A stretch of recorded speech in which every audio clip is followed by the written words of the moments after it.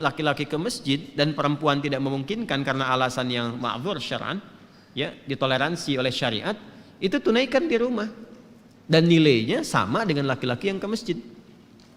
Nah, kalau ingin dapat awal duhanya syuruknya, maka tunaikan berjamaah di rumahnya, ya.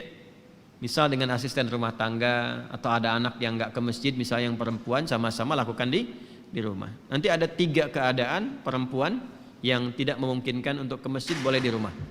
Nah, baik. Sebelum 3 keadaan itu saya sebutkan, saya balik dulu supaya tidak terlampau melompat. Man shalal ghadata fil jama'ati aw fil masjid. Siapa yang menunaikan salat subuh berjamaah atau di masjid, kemudian thumma yaq'udu yadhkurullaha. Lalu dia tidak langsung beranjak, berzikir dulu, duduk zikir. Saya telah terangkan di satu kesempatan di malam tadi kan, zikir itu banyak, bisa berdoa, bisa kalimat thayyibah, bisa baca Al-Quran, bisa taklim, itu bagian dari zikir. Taklim, kalau ada muhadarah, orang Arab bilangnya muhadarah, kalau kita taklim. Itu paling singkat, paling gampang, dapat sholat syuruk tuh paling enak tuh itu. Kalau Sabtu Ahad kan ada kajian subuh kan, enak kan tuh duduk. Nah, itu kajian itu termasuk dari zikir yang mengingatkan kita dengan Allah. Itu dalilnya di Quran surah 3 Ali Imran di ayat 190 191 itu. Inna fi khalqis samawati wal ardi wa ikhtilafil laili wan nahari la ayatil liulil albab. Siapa ulul albab itu? Alladzina yadhkurunallaha qiyaman wa qu'udan wa 'ala junubihim wa yatafakkaruna fi khalqis samawati wal ardi. Nah, tafakkur itu masuk dalam kajian, konteks kajian. Itu sedang berzikir kepada Allah Subhanahu wa taala. Karena itu di hadis Muslim, komen Nabi terhadap orang yang sedang ngaji itu tinggi, menyampaikan 4 kemuliaan. Ya, majtama'a qaumun fi baitin min buyutillahi. Enggak pernah ada orang kumpul di salah satu rumah Allah. Kemudian kumpulnya itu spesifik. Yatluna kitaballahi wa yatadarasunahu fima bainahum. Mereka ngaji di situ. Ngaji, mempelajari ayat, mendiskusikannya. Illa kecuali orang-orang itu sedang disebutkan oleh Nabi mendapatkan 4 kemuliaan. Ghasyiyatuhum rahmah, dinaungi oleh rahmat Allah Subhanahu wa taala, nazalat alaihimus sakinah, diberikan sakinah, ketentraman pada jiwa, ya. Kemudian wa haffathumul malaikah, dinaungi oleh malaikat, malaikat banyak berkumpul. Kemudian wa dzakarahumullahu fiman indah. Nah, ini dia kalimatnya. Wa dzakarahumullahu fiman indah, disanjung-sanjung oleh Allah orang-orang ini, ya kan? Sanjung-sanjung oleh Allah di sekitaran makhluk yang ada di dekat arsy. Disebut-sebut namanya. Ya, itu hambaku fulan. Fitnah disebut-sebut tuh. Fitnah nih. Masya Allah, datang jauh-jauh dari Jakarta. Disebutin tuh sampai selesai. Ya, Masya Allah. Itu disanjung tuh. Makanya Nabi itu mensupport kita untuk menghidupkan halaqah zikir. Nah, zikir itu salah satunya ada yang memahami dengan ilmu. Majlis-majlis ilmu, majelis ilmi. Nah, dalilnya dari mana? Yang Al-Mujadalah itu ayat 11. Ya. Ya ayyuhalladzina amanu idza qila lakum tafassahu fil majalisi fafsahu yafsahillahu lakum wa idza qila inshuzu fanshuzu yarfa'illahu alladzina amanu minkum walladzina utul ilma darajat. Paham ya? Nah, itu gambarannya. Nah, kemudian dia nggak langsung beranjak. Jadi setelah sholat 2 rakaat subuh, ya kan? Nggak langsung pulang, duduk dulu.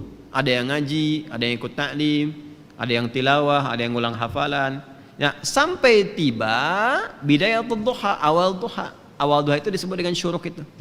Ya, hatta bidayatul duha, sampai tiba awal duha. Ya, fa yusalli raka'ataini. Kemudian dia salat 2 rakaat di awal duha itu. Fakana alaihi ka ajri hajjin wa umratin. Maka dia mendapatkan pahala yang senilai dengan haji dan umrah. Sempurna. Jangan dipahami sudah haji dan umrah, bukan. Dipahaminya pahala yang senilai itu. Ya, tapi belum tentu dapat kemuliaan sholat misalnya di Masjidil Haram, Masjid Nabawi, itu kan kemuliaan yang lainnya. Tapi pahalanya baik. Apa di antara pahalanya senilai haji dan umrah itu? Ya, berpeluang mendapati surga dan rahmat Allah Subhanahu wa taala.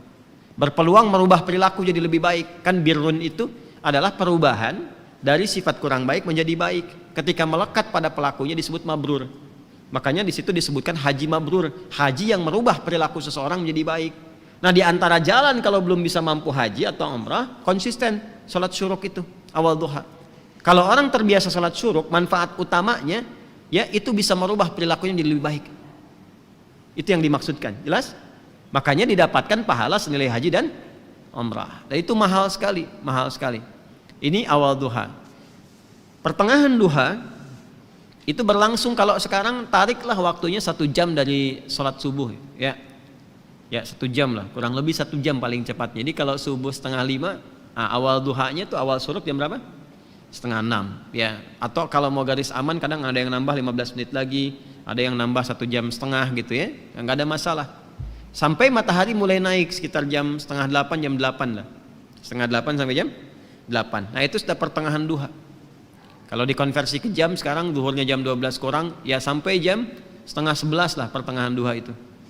Kalau lihat situasi sekarang ya, kadang-kadang panas kan, kadang-kadang agak mendung gitu. Sampai 10:30 itu pertengahan duha. Kalau awal duha, bilangannya 2 rakaat. Pertengahan duha bisa sampai 4. Bisa sampai 4. Umumnya ya, umumnya. Manfaatnya banyak lagi. Manfaatnya banyak. Itu yang dimaksudkan pengganti zikir dari seluruh tubuh itu. Ya, tubuh kita kan sebetulnya harusnya berzikir, semua tubuh kita tuh. Dari pikiran, dari mata, telinga sampai ujung kaki. Zikirnya anggota tubuh itu dengan mengingat Allah, dengan cara menggunakan semua fungsi tubuh pada yang dikehendaki oleh Allah. Mata ini yang Allah inginkan apa? Melihat yang baik. Jadi zikirnya mata itu menatap yang baik-baik menurut Allah. Ketika menatap yang buruk, dia sedang keluar dari jalur zikir. Demikian cara memahaminya. Nah itu pengganti itu yang mengcover kewajiban itu. Wajib ini dalam konteks bukan wajib dalam seperti hukum fikih ya, bukan. Artinya sesuatu yang seharusnya melekat secara fitrah ya. Nah itu tertutupi oleh rakaat salat duha di pertengahan, yang 2 rakaat itu. Kalau kita mau teruskan sampai 4 boleh ya. Itu yang salah satunya bisa menjaga kita dari musibah umum yang mungkin terjadi ya. Misal banjir di komplek misalnya, kita bukan komplek PTM ya, komplek tertentu misalnya. Kalau di sini insya Allah nggak banjir, ya cuman kadang naik dikit. Insya Allah selesai. Banjir nih, nah misalnya. Itu kan umum terjadi tuh. Kok bisa gitu ya? Yang seharusnya volume airnya tuh kelihatan tinggi, tapi ada satu rumah yang nggak kena air tuh balik lagi gitu. Nah itu maksudnya. Macet nih sekarang kan? Udah macet sana sini macet luar biasa. Padahal si Komo nggak lewat kan? Itu menariknya. Yang konsisten ibadah ini, itu tiba tuh bisa saja dipalingkan dari jalur macet itu. Ada yang ngasih tahu kah? Tiba-tiba ada polisi datang misalnya, Pak nggak usah kesini Pak, ini padat, Bapak lewat sini aja tuh. Kok bisa cuman Anda gitu kan yang diarahkan ke situ? Ya, terus bisa jadi ada misalnya iring-iringan lewat, ya kelihatan, udah masuk aja sini, masuk tuh, ikut kan? Bukan pindah mobil, maksudnya mobil yang ikut di belakang tuh. Ya, tuh. Kadang-kadang kan juga mengikuti mobil jenazah. Ini ada orang soleh meninggal tuh masih beramal juga kan. Ambulan diikutin di belakang. Nah itu ya, itu musibah umum yang kadang menimpa, tapi kita tidak mendapatkan bagian dari itu, terjaga. Bukan musibah khusus spesifik yang harus dialami untuk melatih ketangguhan kita dalam berkehidupan. Yang ketiga, akhir duha. Akhir duha itu sampai menjelang zuhur. Dari 10:30 sampai menjelang zuhur, sampai menjelang tibanya adzan zuhur, itu akhir duha. Itu bisa sampai 8 rakaat bisa. 2 sampai 8 rakaat. Kerjakan 2 ya, sama 4 kali. Seperti tarawih yang 11 rakaat itu kan 8 rakaatnya ada yang 2 deh. Boleh. Mau 4 juga bisa. Tunaikan itu. Di antara fadilahnya bisa memudahkan limpahan rizki. Ya, tapi bukan narik kemudahan rizki sebagai motif atau modus untuk sholat duha. Kalau itu biasanya walaupun dapat berkahnya kurang gitu. Ujung-ujungnya nanti masalah aja. Ya, biasanya suka begitu. Kalau saya sarankannya nggak usah mikir apa-apa, pokoknya kerjakan lillah aja. Nanti biarkan Allah yang menggerakkan segalanya. Paham ya? Baik.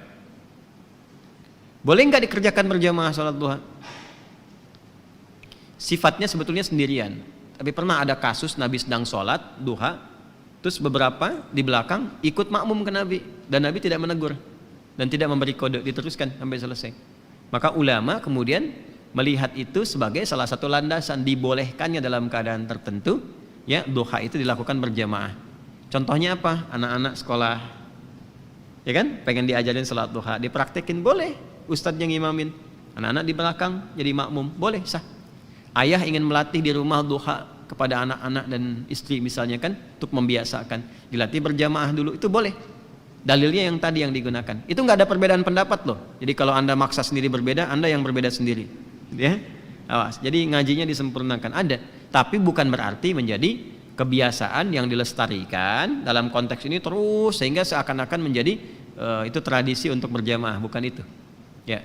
Sama sebetulnya dengan sholat malam juga. Sifat sholat malam itu sifatnya sendirian sebetulnya. Ya, bukan berjamaah. Tapi bukan berarti nggak boleh berjamaah. Ada dengan tujuan tertentu. Untuk berlatih atau mendapatkan kenikmatan bacaan kalau imamnya bagus, khusyuk baik gitu. Kita berlatih untuk mendapatkan itu. Ya, dalilnya banyak. Yang paling populer itu kan yang Ibnu Abbas itu. Radhiyallahu taala anhu. Masih ingat? Ingat ya. Di Abu Daud itu nomor 1367. Ya, Ibnu Abbas itu sampai nginap di rumah bibinya Sayyidah Maimunah hanya untuk melihat kebiasaan Nabi di malam hari. Ya, sampai kemudian bangun malam hari, beliau memviralkanlah kejadian itu ke kita semua. Jadi kejadian baik itu boleh diviralkan. Ya, kejadian baik boleh diviralkan. Tapi kalau musibah ditolong, bukan diviralin. Udah tahu orang kebakaran, di videoin terjadi kebakaran, saya ngapain? Orang di mobil minta tolong, Anda videokan gitu kan? Ya, maaf ya. Nah ini duha. Yang ditunaikan itu 2 rakaat bisa 4 di akhirnya itu bisa mempercepat datangnya apa? Rizki sesuai dengan kehendak Allah. Dan jangan selalu ditafsirkan dengan uang atau proyek, tidak. Kesehatan itu rizki. Yang kalau sakit mungkin biayanya cukup tinggi. Ketenangan itu rizki. Yang kalau gelisah keberlangsungan bisa ke psikiater atau psikolog yang biayanya juga mahal juga. Makanya tenang itu mahal, Bu, Pak ya. Tenang itu mahal dan itu solusi sekali, solusi. Kecuali kalau ada maksiat tenang, nah itu bermasalah. Kalau bisa dilakukan, bukan hanya dosa digugurkan, tapi setiap hurufnya mempercepat terkabulnya doa kita di hadapan Allah Subhanahu wa taala. Ya. Ada 2 surah di dalam Al-Qur'an yang bila 2 surah ini dibacakan, itu setiap hurufnya dihitung bisa berpotensi menggugurkan dosa sekaligus mengabulkan doa-doa yang dimintakan. Sepanjang doa itu baik untuk urusan dunia akhirat kita.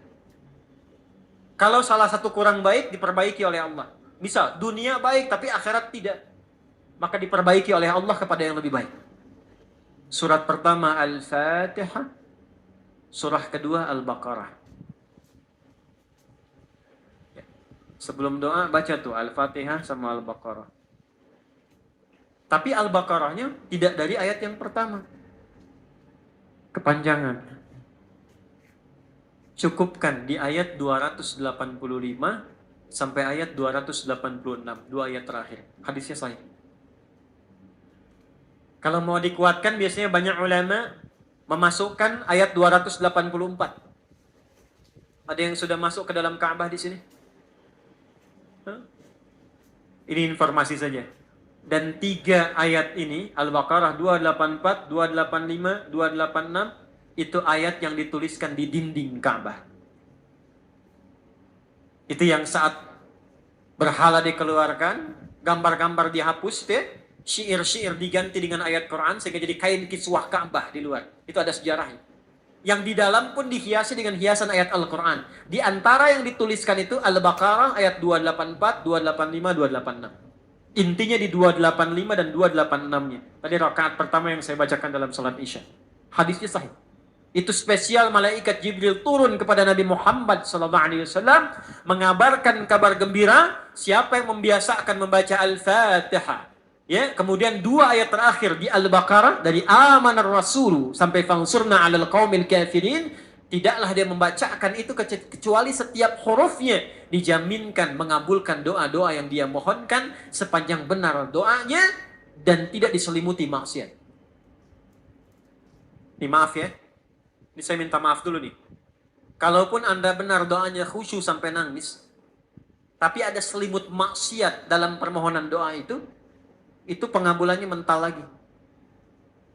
Hadisnya sahih.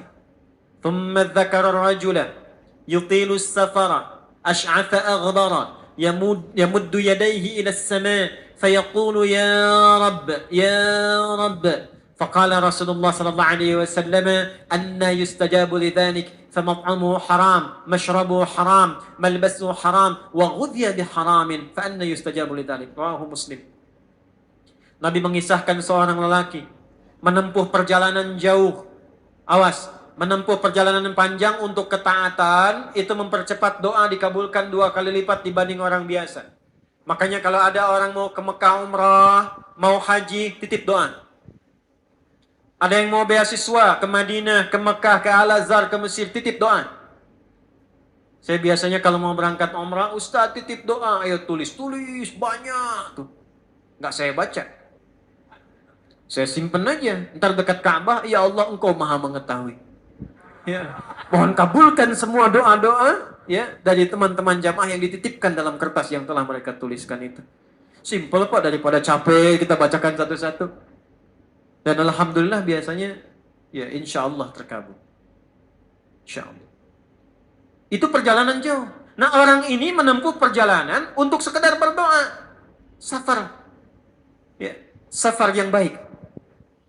Kemudian yang kedua, yamuddu yadaihi ilas sama, dia mengangkat tangannya ke langit. Ini saya tidak bermaksud mengajarkan ya, cuma menunjukkan prakteknya begini nih. Ada yang bisa bantu saya nggak, satu orang maju? Cepat. Yang depan aja, depan. Jazakallah khair. Mohon pegangkan mic sebentar. Ya, makasih ya. Lihat sini. Gini. Nah, ya, jazakallah.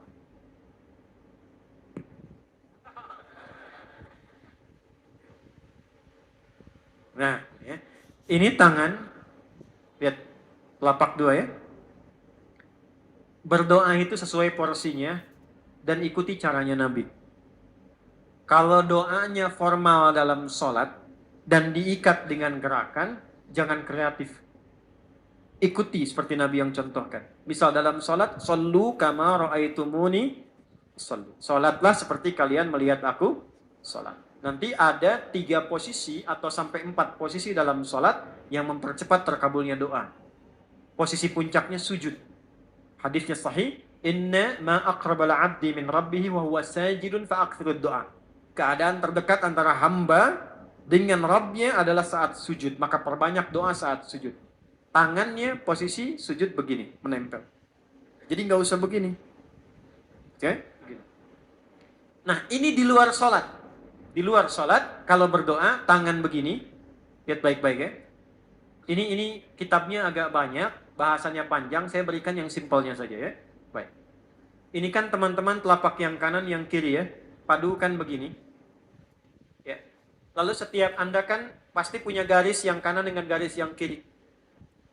Ada kan? Itu membentuk keseimbangan. Ini bukan ilmu otak-atik ya. Ini ada sanadnya nih. Pertemukan 2 garis itu sehingga seimbang tangan ini. Tuh. Ini masalah sederhana tapi poinnya penting sekali. Sudah? Cara yang pertama begini. Ini di luar sholat dan bukan dalam posisi saat istisqa, saat minta hujan. Begini. Sudah? Pertemukan. Lalu letakkan jajar dengan dada di sini. Ya. Jadi kalau dada itu, ini posisinya. Ini nahar di sini. Ini ada rongga dari bagian atas dengan perut, ada rongga kosong. Nah ini yang disebut dengan sodrun di sini. Ya, kalau kita meletakkan telapak tangan saat sholat begini, letaknya di sini. Yang ini perut, yang ini nahar. Doa itu di sini. Jelas? Semakin kita memohon dengan lebih sangat, naikkan sedikit begini. Sudah? Kalau istisqa, minta hujan, agak lebih tinggi ke atas. Nah ini cara mengangkat yang standar di sini untuk memohon. Jelas? Oke, jazakallah khair. Nah ini orang ini dia mengangkat tangannya. Jadi melakukan perjalanan jauh, mengangkat tangannya, yamuddu yadaihi ilas sama. Orang yang berdoa dengan mengangkat tangan itu dijawab doanya oleh Allah lewat keterangan Nabi SAW. Itu bisa al-kamakala 2 kali lebih cepat dibandingkan dengan orang yang tidak mengangkat tangan saat berdoa. Jadi Anda cuma sekedar doa dengan mengangkat begini, itu lebih cepat potensi dijawabnya dengan mengangkat doa. Ada seorang bertanya pada Nabi sallallahu alaihi wasallam hadis sahih, "Ya Rasulullah, bagaimana pendapatmu dengan seseorang yang meminta kepada Allah dengan mengangkat tangan al-kamakala?" Lalu Nabi mengonfirmasi bertanya balik, bagaimana kalau ada seseorang memohon kepada Anda dengan mengangkat tangannya? Pak, tolong Pak, tolong Pak, tolong, gitu kan? Di depan rumah Anda 1 jam begitu Pak, tolong Pak. Kira-kira Anda beri atau tidak? Minimal kalau Anda nggak punya kemampuan, Anda referensikan atau beri sesuai kemampuan Anda kan? Angkat tangannya. Dia jawab, saya malu kalau nggak ngasih. Apa kata Nabi? Innallaha hayyun karimun. Allah itu lebih punya sifat peka untuk merasakan malu pada hambanya kalau dia tidak memberi ketika hambanya mengangkat kedua tangannya. Nah, nanti ada beda-beda posisi saat khatib Jumat misalnya 1 begini untuk khatib. Makmum mengangkat 2 tangan. Yang ketiga dia mengatakan ya Rabb, Asmaul Husna. Doa yang dibuka dengan Al-Asmaul Husna itu dijawab 2 kali lebih cepat dibandingkan dengan doa yang langsung dimohonkan kepada Allah. Itu perintah. Tahu Nabi Zakaria? Nabi Zakaria apa ujiannya? Diuji oleh Allah, hidup demikian lama sampai rambut memutih, fisiknya letih, istrinya divonis secara medis, maaf, monofos dan mandul. Kata medis gak mungkin punya keturunan. Maka beliau berdoa kepada Allah dan dalam doanya dimulai dengan Al-Asmaul Husna. Sebelum sampai ke doa itu di Ali Imran ayat 38 sampai 39, buka dulu Quran surah 17 Al-Isra ayat 110. Ini perintah langsung dari Allah. Qulidullah awid'ur rahman ayyamma tad'u falahul asmaul husna. Quran surah ke-7 ayat 180. Walillahil asmaul husna fad'uhu biha. Fad'u biha. Qul Allah, kalau engkau punya masalah hambaku, dan tidak ada di dunia ini yang tidak punya masalah. Quran surah kedua ayat 155.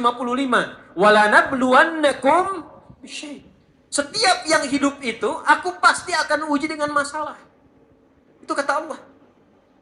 Jangan disimpan sampai di situ, teruskan. Bukan untuk membebani hambaku dengan masalah, tapi untuk menaikkan kualitas hidupnya sehingga menjadi lebih baik. Jadi ketika Allah titipkan masalah itu, bukan ingin membuat kita bermasalah. Tapi dengan masalah itu kita diuji supaya kualitas hidup kita menjadi lebih baik. Ini Anda yang kuliah di UPI di sini, ada ujian nggak? Untuk apa ujian itu diadakan? Supaya bisa melihat kualitas peningkatan ilmu Anda dari masuk sampai naik tingkat. Kalau nggak ada ujian, nggak kelihatan kualitasnya bertambah. Logikanya begitu. Dan tidak mungkin Allah menguji seorang hamba di luar batas kemampuannya. La yukallifullahu nafsan illa. Jadi nggak ada orang yang hidup yang tidak punya masalah. Karena rumusnya mengatakan hidup berbanding lurus dengan masalah. Yang hidup pasti punya masalah. Yang tidak ingin punya masalah, tidak ingin hidup. Karena orang yang tidak hidup, yang hilang masalahnya, selesai hidup. Baik. Siapa yang tidak ingin punya masalah? Angkat tangan. Baik. Siapa yang ingin punya masalah? Alhamdulillah. Baik. Yang lain, wallahu a'lam. Nah, kulit Allah kalau sedang diuji masalah, kan yang ngasih siapa? Yang nitipkan siapa? Yang punya solusinya siapa? Kalau Anda tahu yang punya solusinya Allah, kenapa curhatnya bukan kepada Allah? Kan tadi contohkan di Quran, kalau punya masalah curhatin ke Allah. Quran surah 12 ayat 86, sejak era Nabi Yakub, masalah di rumah tangga, anak bermasalah curhatnya pada siapa? Allah. Innama ashku bathi wa huzni ilallah. Aku tuh kalau punya masalah, sesedih apapun, curhatnya Allah. Bentangkan sajadahmu. Curhatkan dalam sujudmu, tingkatkan takwamu. Wa may yattaqillaha yaj'al lahu makhraja. Quran surah 65 di akhir ayat yang kedua. Bentangkan sajadahmu, curhatkan, habiskan dalam sujudmu, keluarkan tangismu. Sehingga bebannya jadi ringan. Walaupun solusi belum datang, hatinya sudah tenang. Yang diperintahkan panjangkan sajadahmu, bukan panjangkan statusmu. Kita sudah tahu ayatnya, paham ketentuannya, tapi kenapa prakteknya ditumpahkan di Instagram, di Facebook, bikin vlog di YouTube, hanya untuk curhat saja. Dan ironinya dalam hal yang demikian tahu yang menyelesaikan Allah. Sekarang tambah bonus, aminkan ya. Yang mengaminkan doa ini mudah-mudahan dihilangkan masalahnya. Puguma mana yang ada bermasalah kayaknya ini dia. Itu gimana? Kumaha tuh ya teh? Paham? Curhatkan sama Allah. Nah bagaimana mintanya? Sebut namanya ya Allah. Awinur Rahman.